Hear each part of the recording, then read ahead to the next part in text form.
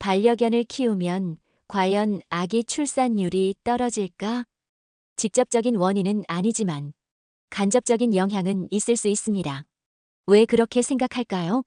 정리하면 정서적 대체 효과로 강아지를 자식처럼 여기며 아이를 낳지 않아도 정서적 만족감 충족으로 강아지 돌보는 것도 힘든데 아이는 더 부담스러울 거라는 인식으로 반려동물 돌봄 경험이 육아의 부담감을 미리 체감하게 되어 전통적 결혼 출산 중심의 삶 대신 반려동물과의 삶을 선택하는 흐름.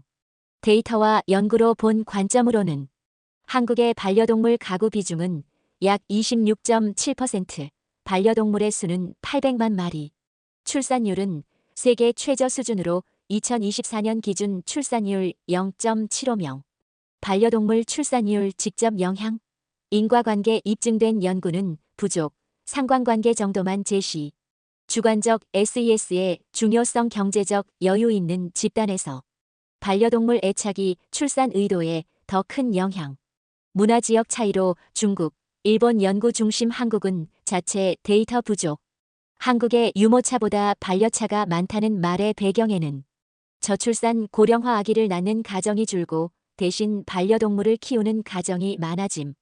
1인 가구 딩크족 증가 자녀 대신 반려동물 키우며 정서적 유대감 충족.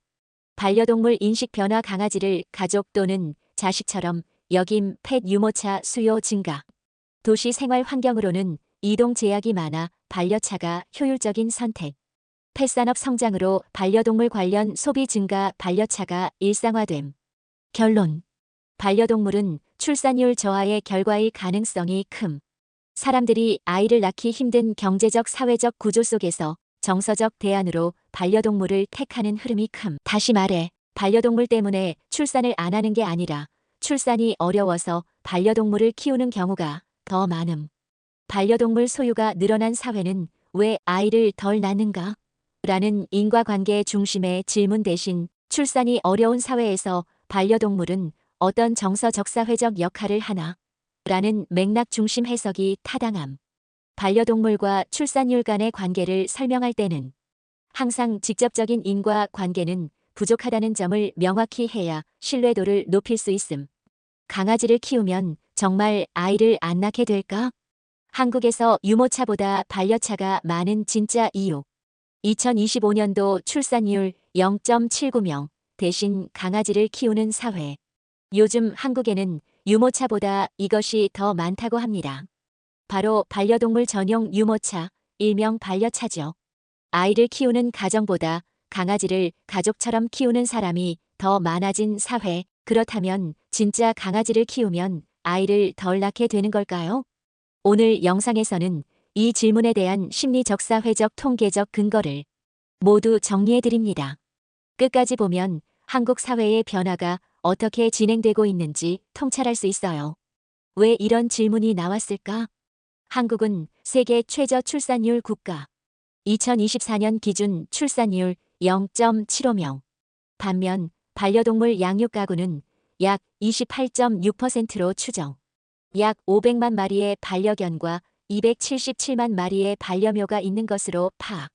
반려동물 키우는 인구는 약 1,590만 국민 3명 중 1명꼴. 유모차는 줄고 반려차는 늘고 있음. 결혼은 안 해도 강아지는 키운다. 아이는 부담스러운데 강아지는 키울 수 있을 것 같아. 이런 말 주변에서 들어본 적 있죠? 그래서 나온 질문. 강아지를 키우면 정말 아기를 덜 낳게 되는 걸까? 강아지를 키우면 아이 안 낳고 싶어지는 이유들. 1. 정서적 대체 효과. 강아지를 가족, 자식처럼 여김 펫 휴머니제이션. 외로움 해소, 책임감, 돌봄 본능 충족. 이 정도로도 충분한데 굳이 아이까지? 이 양육의 현실 체감. 강아지 키우는데도 시간, 돈, 체력 소모가 큼. 사료, 병원비, 미용, 장난감, 훈련 비용까지. 한 생명 키우는 게 이 정도인데 사람 아이는 더 힘들겠지. 3. 자유에 대한 제약. 외박, 여행, 야근 모두 제한되는 경우 많음. 이 정도도 힘든데 아이는 절대 못 키우겠어. 4. 라이프 스타일 변화. 이제는 결혼 출산이 필수가 아닌 시대. 반려동물과 함께하는 삶 자체가 자기만족적인 삶의 방식. 실제 데이터와 연구는 뭐라고 할까? 반려동물 소유율은 계속 증가. 출산율은 계속 감소. 겉보기엔 연관 있어 보임. 하지만 대부분 연구는 직접적인 인과관계는 없다고 말함. 연구 예시. 반려동물 애착 주관적 경제 여건이 출산 의도에 간접적 영향. SES가 높을수록 반려동물에 만족한 사람들이 출산을 꺼리는 경향. 다만 이는 의도 수준이지 실제 출산을 줄인다는 증거는 약함. 결론. 반려동물은 결과이지 원인일 수는 없다. 아이를 낳기 어려운 사회가 됐기 때문에 반려동물을 선택하는 경우가 많음. 유모차보다 반려차가 많은 이유는 1. 출산율 감소. 유모차 자체가 덜 팔림. 2. 1인 가구 딩크족 증가. 강아지가 자녀처럼 대체됨. 3. 도시형 생활 환경. 산책하기 어려움, 반려차로 이동. 4. 노령 견소형견 증가. 장거리 이동 힘든 강아지에게 반려차는 필수. 5. 산업 성장. 펫 유모차 시장도 유모차 못지않게 다양하고 고급화됨. 지금은 반려동물을 가족처럼 대하는 문화가 확산되며 생긴 현상. 그럼 진짜 결론은 뭘까? 강아지를 키우면 출산율이 줄어든다? 직접적 원인 아님. 일부 사람들에게는 출산을 미루게 하는 계기가 될 수 있음.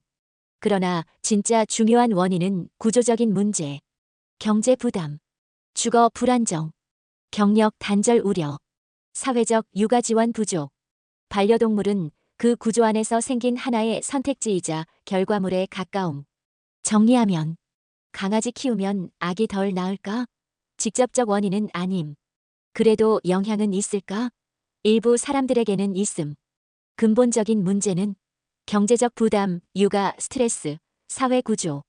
이 주제는 단순히 강아지를 키우니까 아이 안 낳는다는 식으로 볼 게 아니에요.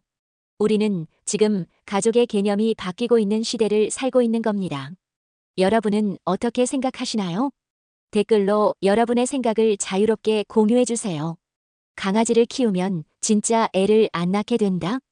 유모차보다 이게 더 많다고? 출산율 0.7 그 자리에 강아지가? 거리에서 인터뷰. 의견이 다양하네요. 감사합니다.